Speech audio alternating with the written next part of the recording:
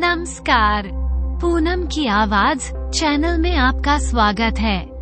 हमारी आज की कहानी है मैना के तोता से 3 प्रश्न। एक बार की बात है, एक शिव मंदिर था, उसके बाहर एक बट वृक्ष था। एक तोता और मैना शिव मंदिर के बाहर उस बट वृक्ष पर बैठे हुए थे। प्रतिदिन उनका उठना बैठना वहीं पर होता था। वह दोनों पूरी श्रद्धा के साथ भगवान शिव की भक्ति करते थे। एक दिन तोता और मैना दोनों बैठे हुए थे, तो मैना तोता से कहती है कि मैं बहुत दिनों से 3 प्रश्नों के उत्तर ढूंढ रही हूँ जो मुझे मिल नहीं रहे हैं। वह कहने लगी कि मुझे जिन 3 प्रश्नों के उत्तर चाहिए, उनमें से पहला प्रश्न है कि इस संसार में सबसे बड़ा धर्म क्या है। दूसरा प्रश्न है, इस संसार में सबसे बड़ा दान क्या है। और मेरा तीसरा और आखिरी प्रश्न है कि इस संसार में सबसे बड़ी शक्ति कौन सी है, जो जमराज को भी हरा सकती है। जब मैना तोता से ये 3 प्रश्न पूछती है, तो तोता मैना से कहता है कि ठीक है, मैं तुम्हें एक कहानी सुनाता हूँ। इस कहानी से तुम्हें तुम्हारे तीनों प्रश्नों के उत्तर मिल जाएंगे। मैना, अब तुम शांत मन से बैठ जाओ और ध्यान से इस कहानी को सुनो। मैना शांति से बैठ जाती है और बड़े ध्यान से कहानी को सुनने लग पड़ती है। तोता कहानी शुरू करते हुए कहता है कि बहुत समय पहले की बात है कि धर्मपुर नामक एक नगर था। उस नगर में एक बहुत बड़ा धनी सेठ रहता था। वह सेठ दान पुण्य में बहुत विश्वास रखता था, गरीबों की हमेशा सेवा किया करता था और असहाय व्यक्तियों की भी मदद करता था। उसके 2 पुत्र थे। बड़े पुत्र का नाम धर्मवीर था और छोटे पुत्र का नाम कर्मवीर था। धर्मवीर थोड़ा गंभीर स्वभाव का था, परंतु कर्मवीर कुछ शरारती और चंचल स्वभाव का था। कर्मवीर जब बड़ा हुआ तो उसने अपने पिता से एक घोड़े को लाने के लिए जिद की। उसके पिता ने उसे एक सुंदर सा घोड़ा खरीद कर दे दिया। घोड़ा पाकर कर्मवीर बहुत खुश हुआ। अब वो प्रतिदिन उस घोड़े पर सवार होकर नगर में घूमने के लिए जाया करता था। गर्मियों के दिन थे। एक दिन जब वह नगर का भ्रमण कर रहा था, तो घूमते घूमते वह एक ऐसे स्थान पर पहुंच गया, यहाँ पर कहीं भी पीने वाले पानी की कोई व्यवस्था नहीं थी। इस समय कर्मवीर को बहुत प्यास लगी हुई थी। प्यास लगने के कारण कर्मवीर इधर उधर पानी को ढूंढने लगा, लेकिन उसे पानी कहीं भी नजर नहीं आ रहा था। कर्मवीर का घोड़ा भी प्यासा था और वो भी पानी पीना चाहता था। कर्मवीर और कर्मवीर का घोड़ा दोनों ही प्यासे थे। उन दोनों को बहुत तेज प्यास लगी हुई थी और उनकी हालत बहुत खराब थी। पानी ढूंढते ढूंढते दोनों एक ऐसे स्थान पर पहुंच जाते हैं जहां पर एक गरीब इंसान पानी पिला रहा था, यानी प्याऊ चला रहा था। प्याऊ उस स्थान को कहते हैं जहां पर गर्मी के दिनों में राह चलते प्यासे लोगों को धर्मार्थ पानी, शरबत, लस्सी आदि पिलाई जाती है। वो गरीब इंसान पानी पिला रहा था। कर्मवीर और उसका घोड़ा उस गरीब व्यक्ति के पास पहुंच जाते हैं। वहां पानी पीने वालों की लंबी कतार लगी हुई थी।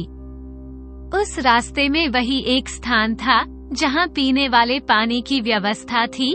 दूर दूर से थके हुए व्यक्ति वहां आते और प्याऊ पर पानी पीकर अपनी प्यास बुझाते थे। लोग पानी पीने के बाद उस पानी पिलाने वाले गरीब व्यक्ति को धन्यवाद देते हैं और तरह तरह के आशीर्वाद देते हैं। वे कहते कि भगवान तुझे लंबी उम्र दे, भगवान तुझे खुश रखे और तेरे घर में अन्न और धन के भंडार हमेशा भरे रहे, तुम्हारे घर में सुख शांति बनी रहे। इस तरह से हर आदमी उसको कोई ना कोई आशीर्वाद देकर जाता। तोता मैना से कहता है कि तुम मेरी बात को ध्यान से सुनते रहना। उधर कर्मवीर ये सब देख रहा था। कर्मवीर भी देख रहा था कि जो भी लोग वहाँ पानी पी रहे थे, वो पानी पीने के बाद उस आदमी को आशीर्वाद दे रहे थे। कोई कुछ आशीर्वाद देता तो कोई कुछ आशीर्वाद देता। इस तरह से वो व्यक्ति भी उन लोगों से आशीर्वाद लेकर बहुत खुश होता। कर्मवीर बड़े गौर से इस बात को देखता रहा और यह भी सुनता रहा कि लोग किस किस तरह का आशीर्वाद उसको दे रहे हैं। अब कर्मवीर अपने घोड़े के साथ आगे बढ़ा। कर्मवीर ने वहाँ पर पानी पिया और अपने घोड़े को भी पानी पिलाया। उसके बाद वो एक तरफ एक पेड़ की छाया में बैठ गया और काफी देर तक ये सब देखता रहा। कुछ देर बाद उसने महसूस किया कि यह व्यक्ति इस तरह प्यासे लोगों को पानी पिलाकर बहुत पुण्य का काम कर रहा। ये सब सोचते हुए उसके मन में विचार आया कि क्यों ना मैं भी एक प्याऊ खोलूं, ताकि मैं भी इसी तरह से प्यासे लोगों को और जीव जंतुओं को पानी पिला सकूं और उनसे आशीर्वाद प्राप्त कर सकूं। ये बात उसके मन में बैठ जाती है और वह निर्णय कर लेता है कि मैं ऐसा अवश्य करूंगा। उसके बाद वह अपने घर की तरफ चल पड़ता है। पूरे रास्ते में उसके मन में यही विचार चलते रहते हैं कि मुझे भी उस व्यक्ति की तरह प्यासे लोगों को पानी पिलाना है, मुझे भी लोगों से आशीर्वाद प्राप्त करना है। इन्हीं विचारों में डूबा हुआ वो अपने घर पहुंच जाता है। घर पहुंचकर वो अपने पिता से कहता है कि पिताजी, मुझे 20 मटके चाहिए। कर्मवीर का पिता उस नगर का बहुत बड़ा सेठ था। उसके पास किसी चीज की कोई कमी नहीं थी। उसे अपने बेटे के मुंह से 20 मटकों को लेने की बात सुनकर बहुत हैरानी हुई। वह सोचता है कि उसका पुत्र ऐसा क्यों कह रहा है। अपने पिता को सोच में डूबा हुआ देखकर जब कर्मवीर फिर से कहता है कि पिताजी, मुझे 20 मटके चाहिए, तो वो कर्मवीर से पूछता है कि बेटा, यह मटके तुझे किस लिए चाहिए? हमारे घर में तो किसी चीज की कोई कमी नहीं है। नौकर चाकर, धन दौलत सब है, तुम इन मटकों का क्या करोगे? कर्मवीर अपने पिता से कहता है कि पिताजी, मैं एक प्याव का निर्माण करूंगा और वो मैं ऐसे स्थान पर करूंगा जहां पानी की व्यवस्था ना हो। मैं प्यासे लोगों को पानी पिलाने का काम करूंगा। कर्मवीर की बात सुनकर उसका पिता कहता है कि ठीक है बेटा, हम किसी ऐसी जगह पर प्याऊ का निर्माण करा देंगे और वहां पर पानी पिलाने के लिए किसी मजदूर को लगा देंगे जो वहां पर प्यासे लोगों को पानी पिलाता रहेगा। अब कर्मवीर कहता है कि नहीं पिताजी, मैं लोगों को पानी अपने हाथों से पिलाऊंगा। कर्मवीर का पिता ये समझ नहीं पाता कि वह ऐसा क्यों कह रहा है, लेकिन उसकी जिद के आगे वह मान जाता है। वह कर्मवीर को एक ऐसे स्थान पर ही प्याऊ खोल कर देता है जहां दूर दूर तक पानी की कोई व्यवस्था नहीं थी। बहुत से लोग उस रास्ते से आते जाते थे। तोता मैना को कहानी सुना रहा है और मैना बड़े ध्यान से सुन रही है। फिर तोता कहता है कि कर्मवीर एक ऐसी ही जगह पर प्याऊ लगा लेता है। लोग दूर दूर से उस स्थान पर आते हैं और पानी पीते हैं। कर्मवीर बड़े प्यार और श्रद्धा के साथ सभी लोगों को पानी पिलाता है। अब कर्मवीर को भी उसी तरह आशीर्वाद मिलता जैसे उस पानी पिलाने वाले व्यक्ति को मिलता था। कर्मवीर को भी लोग उसी तरह आशीर्वाद देते कि तुम्हारी बहुत लंबी उम्र हो, तुम्हें जीवन में सभी खुशियाँ मिले, तुम खुश रहो, तुम्हारा परिवार खुश रहे। कर्मवीर ऐसे आशीर्वाद पाकर बहुत प्रसन्न होता है। एक दिन उस नगर में जहाँ कर्मवीर प्याऊ चलाता था और प्यासे लोगों को पानी पिलाता था, वहाँ पर जमराज के 4 जमदूत आते हैं। वह जमदूत किसी जीवात्मा को पकड़कर ले जा रहे थे। जब वह जमदूत कर्मवीर के नजदीक से गुजर रहे थे तो उनकी नजर कर्मवीर के प्याऊ पर पड़ जाती है और वह वहाँ पर खड़े होकर देखने लग पड़ते हैं। वह देखते हैं कि कर्मवीर सभी को बड़े प्यार से पानी पिला रहा है। सभी प्यासे लोग पानी पीकर और आशीर्वाद देकर वहाँ से जा रहे हैं। जमराज के यमदूत ये सब कुछ देखते हैं और फैसला करते हैं कि क्यों न हम भी कर्मवीर के पास जाकर पानी पी कर आए। यमराज के यमदूत मनुष्य के भेष में आ जाते हैं और पानी पीने के लिए कर्मवीर के प्याऊ पर पहुंच जाते हैं। वो जमदूत जाकर कर्मवीर से पानी पीते हैं, पानी पीकर चुपचाप वहां से चले आते हैं। कुछ दिन निकलने के बाद फिर से जमराज के जमदूत उसी नगर में आते हैं। फिर वह उस नगर से किसी जीवात्मा को लेने आए थे। जब वह जीवात्मा को लेकर उसी रास्ते से वापस जा रहे थे तो वो फिर से कर्मवीर को देखते हैं और कर्मवीर के प्याऊ से थोड़ी दूर पर रुक जाते हैं। फिर से आदमी का भेष बनाते हैं और पानी पीने के लिए कर्मवीर की ओर चल पड़ते हैं। जैसे ही वो कर्मवीर के पास पहुंचते हैं, कर्मवीर उन्हें पहचान लेता है और कर्मवीर कहता है कि भाई, तुम कहाँ के रहने वाले हो? कर्मवीर उनसे कहता है कि भाई, तुम कुछ दिन पहले भी यहाँ पर पानी पीने के लिए आए थे, आज फिर आए हो। तुम कहाँ के रहने वाले हो? तुम क्या काम करते हो? जमराज के जमदूत कर्मवीर से कहते हैं कि हम व्यापारी हैं और हम व्यापार करते हैं। हमारा इस रास्ते से आना जाना लगा रहता है। जब भी हम दूर दराज से व्यापार करके आते हैं तो हम इसी रास्ते से आते हैं, हम जाते भी इसी रास्ते से हैं, इसलिए तुम्हारे प्याऊ पर पानी पीते हैं। कर्मवीर को उनकी बातों पर विश्वास हो गया। इसके बाद जब भी वह चारों आते, हमसे मित्रता करना चाहते हो तो हम तुमसे मित्रता कर लेते हैं। कर्मवीर और जमराज के 4 जमदूतों में मित्रता हो जाती है। समय के साथ साथ वह लोग घनिष्ठ मित्र बन जाते हैं। तोता मैना से यह बात कह रहा है और मैना बड़े ध्यान से सुन रही है। तोता मैना से कहता है, जब भी जमराज के वह 4 जम उस नगर में आते तो हर बार वह कर्मवीर के प्याऊ पर पानी पीने के लिए वह जरूर जाते। अब उन लोगों में गहरी मित्रता हो चुकी थी। अब वो घंटों घंटों बैठकर कर्मवीर से बातें करते। वो बातें करके वापस चले जाते। इसी तरह समय निकलता चला गया। एक दिन कर्मवीर के विवाह का समय आ गया तो उसने अपने 4 मित्रों को निमंत्रण दिया। वो 4 मित्र जो जमराज के दूत थे, कर्मवीर के विवाह में भी आए। कर्मवीर अपनी दुल्हन को अपने घर ले आया। शादी के बाद जमदूत वापस चले गए। उसके बाद कुछ दिन का समय और निकल गया। एक दिन जमराज अपने दूतों से कहते हैं कि कल तुम्हें एक कर्मवीर नाम के व्यक्ति के प्राण हरने हैं। जमराज की यह बात सुनकर 4 जमदूत परेशान हो जाते हैं, क्योंकि कर्मवीर उनका गहरा मित्र था। उनकी समझ में यह नहीं आ रहा था कि अब वह क्या करें। जमराज इन 4 में से सबसे छोटे यमदूत से कहते हैं कि तुम एक विषैला नाग बनकर उसे डसोगे और उसके बाद तुम सभी उसको जहां लेकर आओगे। जमराज उन यमदूतों को यह आदेश दे देते हैं और कहते हैं कि तुम मृत्यु लोक में जाओ और तुम अपना कार्य पूरा करके आओ। 4 यमदूत मृत्यु लोक आ जाते हैं। मृत्यु लोक में आकर वो सीधे कर्मवीर के पास पहुंच जाते हैं।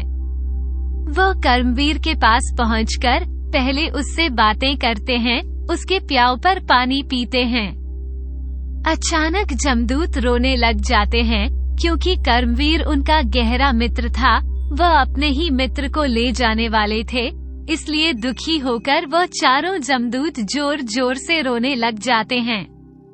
कर्मवीर ये देखकर परेशान हो जाता है और उनसे पूछता है कि मित्रों, तुम रो क्यों रहे हो? क्या इस नगर में किसी ने तुमसे कुछ कहा है, तुम्हें परेशान किया है? आप मुझे बताइए। मेरे पिता इस नगर के नगर सेठ हैं। यदि कुछ ऐसा हुआ होगा तो मैं उन लोगों को उचित दंड दिलवा सकता हूँ। 4 जमदूत कहते हैं कि मित्र, इस नगर में हमें किसी ने कुछ नहीं कहा है। उनकी बात सुनकर कर्मवीर सोच में पड़ जाता है और कहता है कि मित्रों, जब इस नगर में किसी ने आपसे कुछ नहीं कहा, तो फिर तुम लोग रो क्यों रहे हो? कारण क्या है? सबसे छोटा जमदूत और भी ज्यादा जोर जोर से रोने लग पड़ा, और अब वो चिल्ला चिल्ला कर रो रहा था, क्योंकि उसे कर्मवीर से कुछ ज्यादा ही प्यार था। इसलिए उसे सबसे ज्यादा दुख हो रहा था। कर्मवीर उसे कहता है कि मित्र, तुम इतना जोर जोर से क्यों रो रहे हो? आप लोग मुझे अपनी परेशानी बताएं तो सही। अब सबसे छोटा जमदूत बोला कि मित्र, यदि तुम जिद कर रहे हो तो ठीक है, मैं तुम्हें बता ही देता हूँ।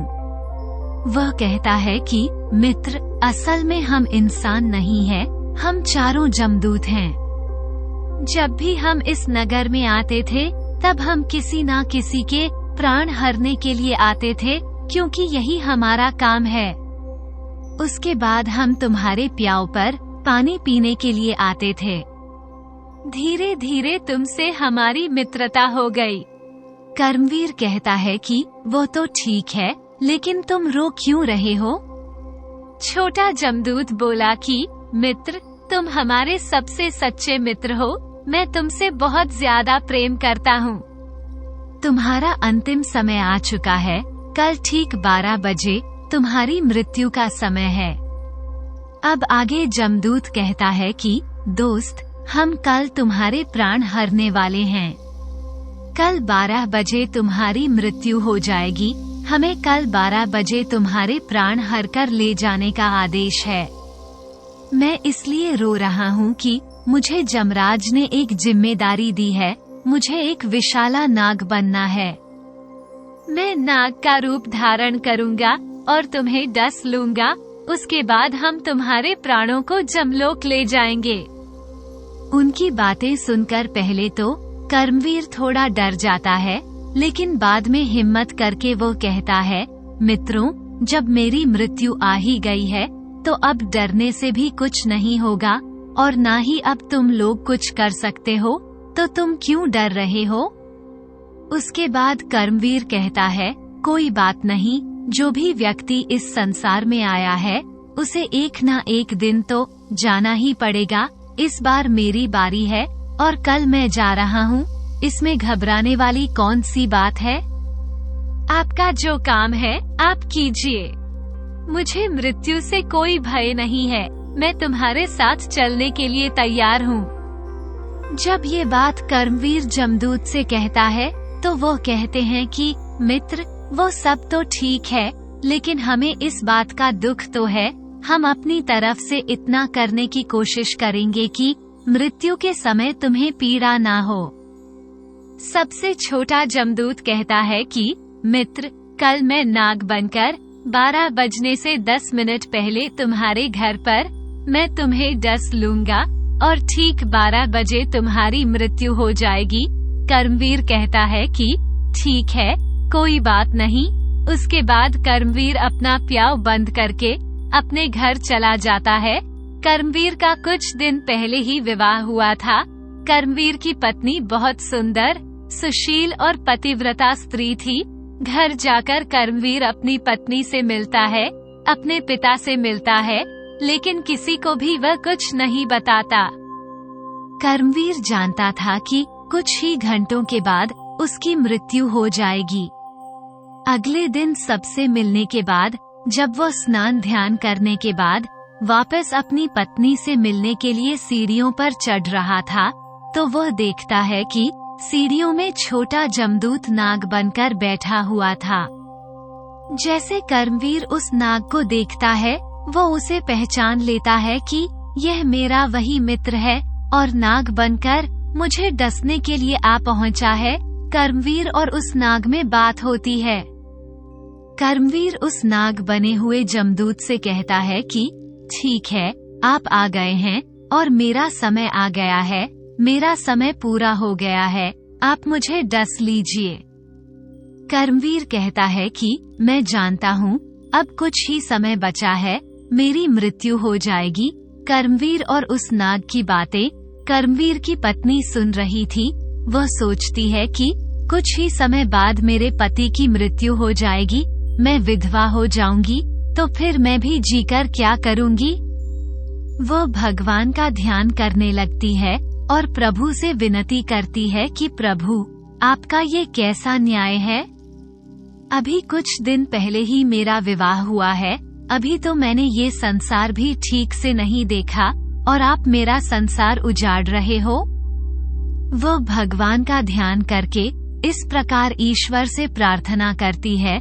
जिस समय जमदूत नाग बनकर कर्मवीर को डसने वाला था, उसी समय उस नगर में एक विधवा महिला एक पुत्री को जन्म देती है। उस महिला के पति की कुछ दिन पहले ही मृत्यु हुई थी और वह महिला विधवा हो गई थी। वह महिला अपने पिता के घर में रह रही थी। जिस समय वह नाग कर्मवीर को डसने वाला था, उसी समय वह महिला एक बच्चे को जन्म देती है और उसे बहुत भूख लगती है।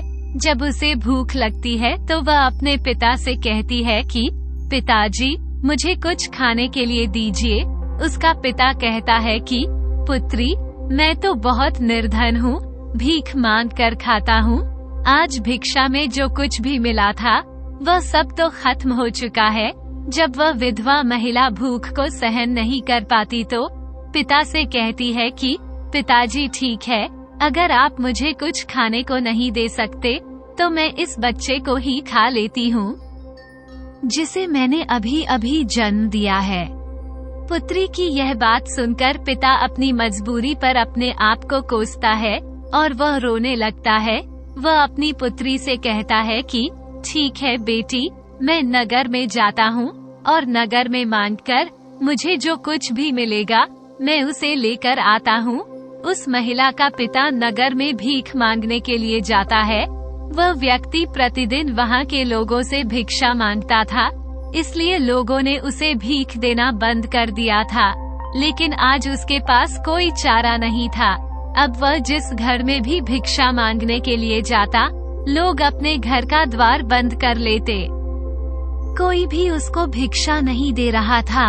वो घूमता घूमता उसी सेठ की हवेली पर आ जाता है, जहाँ पर जमराज के जमदूत कर्मवीर को नाग बनकर डसने वाले थे। वो सेठ की हवेली पर पहुँच जाता है और भिक्षा के लिए गुहार लगाता है।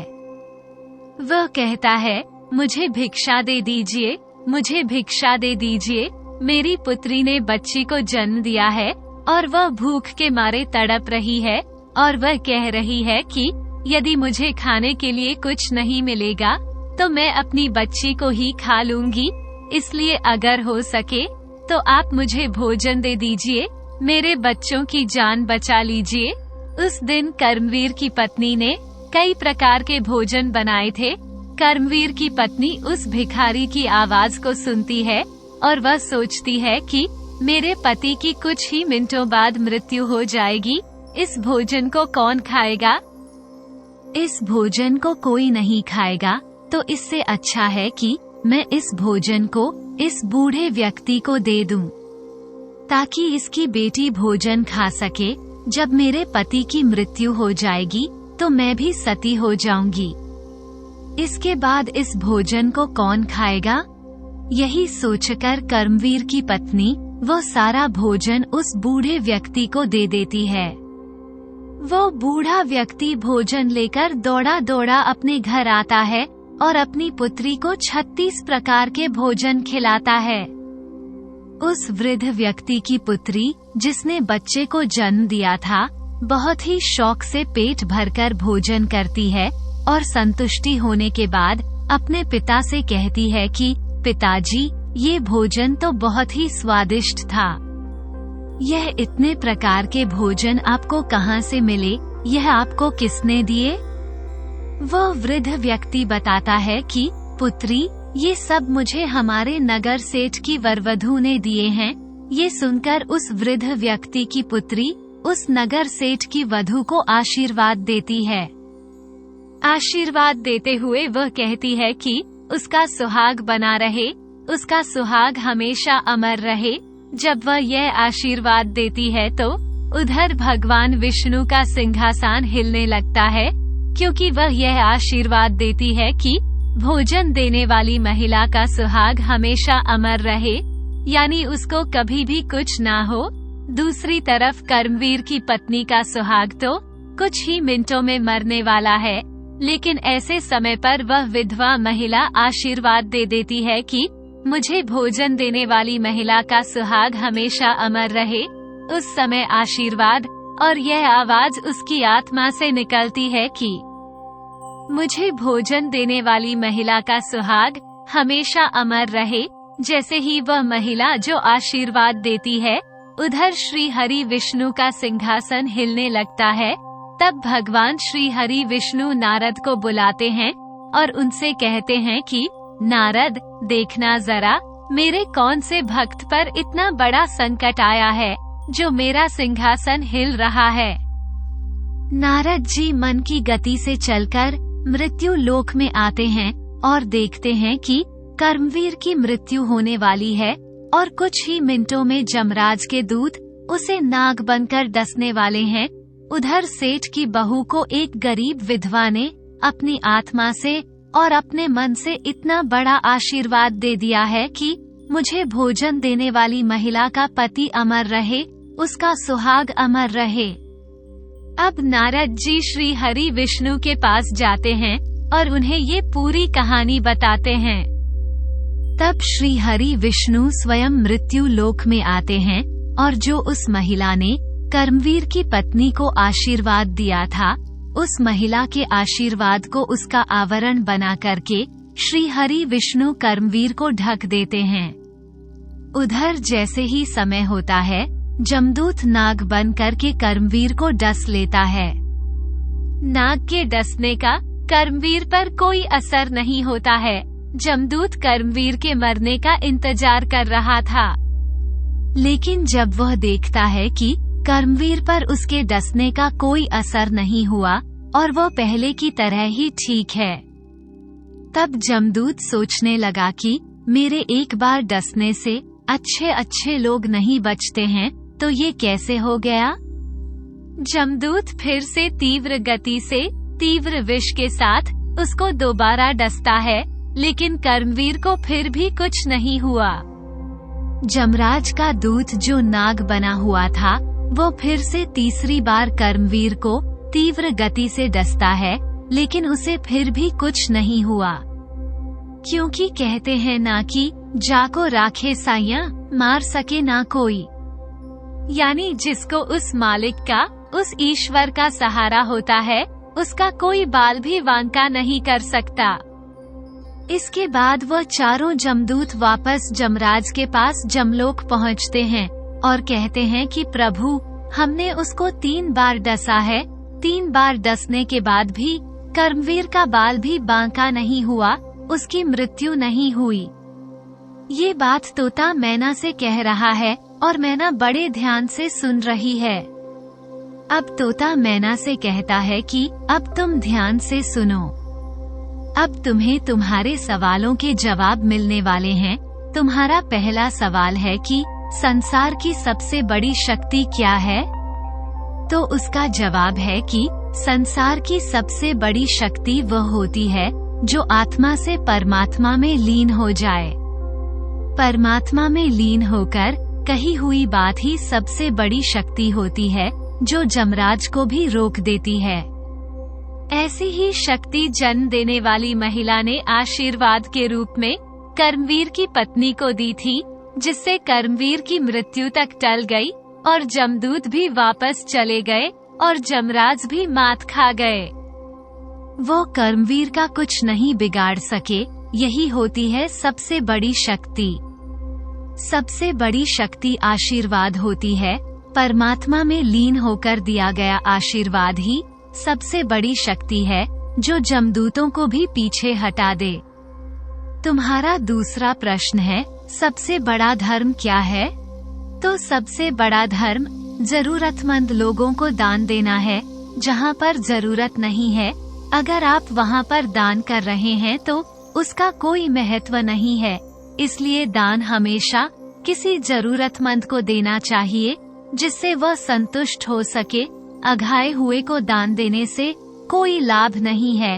हो सकता है कि वह आपकी वस्तुओं का उपयोग भी ना करें। जरूरतमंद को देंगे तो जब भी वह आपकी वस्तुओं का प्रयोग करेगा, आपको दुआ देगा, जिससे आपका पुण्य बढ़ेगा। दान हमेशा उदार एवं शुद्ध मन से ही किसी को देना चाहिए। किसी को दान देते समय उसे ये जताकर दान नहीं देना चाहिए कि आप उसकी मदद करके उस पर अपना एहसान जता रहे हैं। फिर तोता मैना से कहता है कि तुम्हारा तीसरा सवाल है कि सबसे बड़ा दान क्या है? तो सबसे बड़ा दान अन्नदान है, यानी अनाज या भोजन का दान। भूखे व्यक्ति को भोजन खिलाना ही सबसे बड़ा दान है। इससे बड़ा कोई दान नहीं होता। जब भूखे को भोजन खिलाते हैं तो उनकी आत्मा तृप्त होती है, तो कई बार उनका ऐसा आशीर्वाद अटल सत्य आशीर्वाद होता है कि वो जमदूतों को भी मात दे देता है। गरीब को दान करना व भूखे को खाना खिलाना ही भगवान की असली भक्ति है। इसलिए सबसे बड़ा दान भूखे को भोजन कराना यानी अन्नदान करना होता है। अगर आपको ये कहानी अच्छी लगी हो तो वीडियो को लाइक करें, चैनल को सब्सक्राइब करें। कहानी को अंत तक सुनने के लिए आपका धन्यवाद।